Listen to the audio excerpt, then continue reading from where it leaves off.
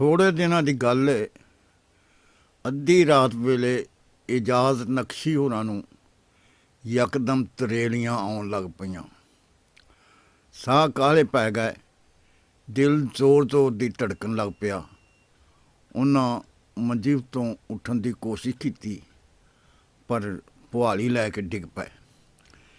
इंज लगा जिमें अखीरी वेला आ गया होवे।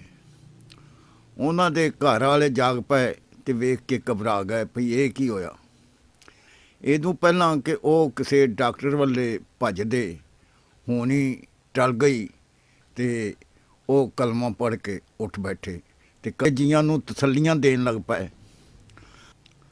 वड्डा वेला होया, जियां दे डक्कन के बावजूद वो अपने दफ्तरे टुर पाए, ये आख के भई वेला टल गया, हुण उहदा स्यापा पा के की बह रहना है।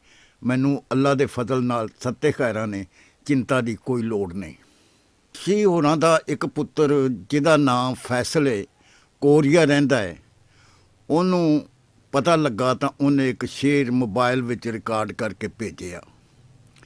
हिम्मतां दे बुल्लां विचों निकली सी आह ना, लंघ गया वेला जिस वेले दी सी चाह ना। ये शेर के जवाब विच नक्शी होरां जिहड़ी गज़ल उलीकी वो इंज ते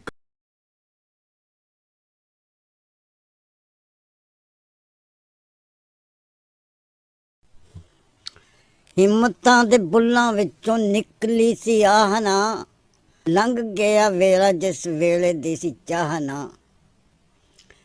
ठीक है कि जिंदगी दा हुंदा कोई वसाह ना, जींदियां जी आस बंदा देवे मनो लाह ना। हुंदा है ईमान खड़ा उस जगह तन के, उद्दम ते हौसले दी जिथे हुंदी जाह ना। चाहे जे तां रब साईं आफतां च टालदा, चाहे जे तां रब साईं आफतां च टालदा, बंदियां दी होनी अगे चलदी कोई वाह ना। वल चज जिंदगी दा दसदे ने खोल के, मुर्शदां दी सोहबत सवाब कोई गुनाह ना।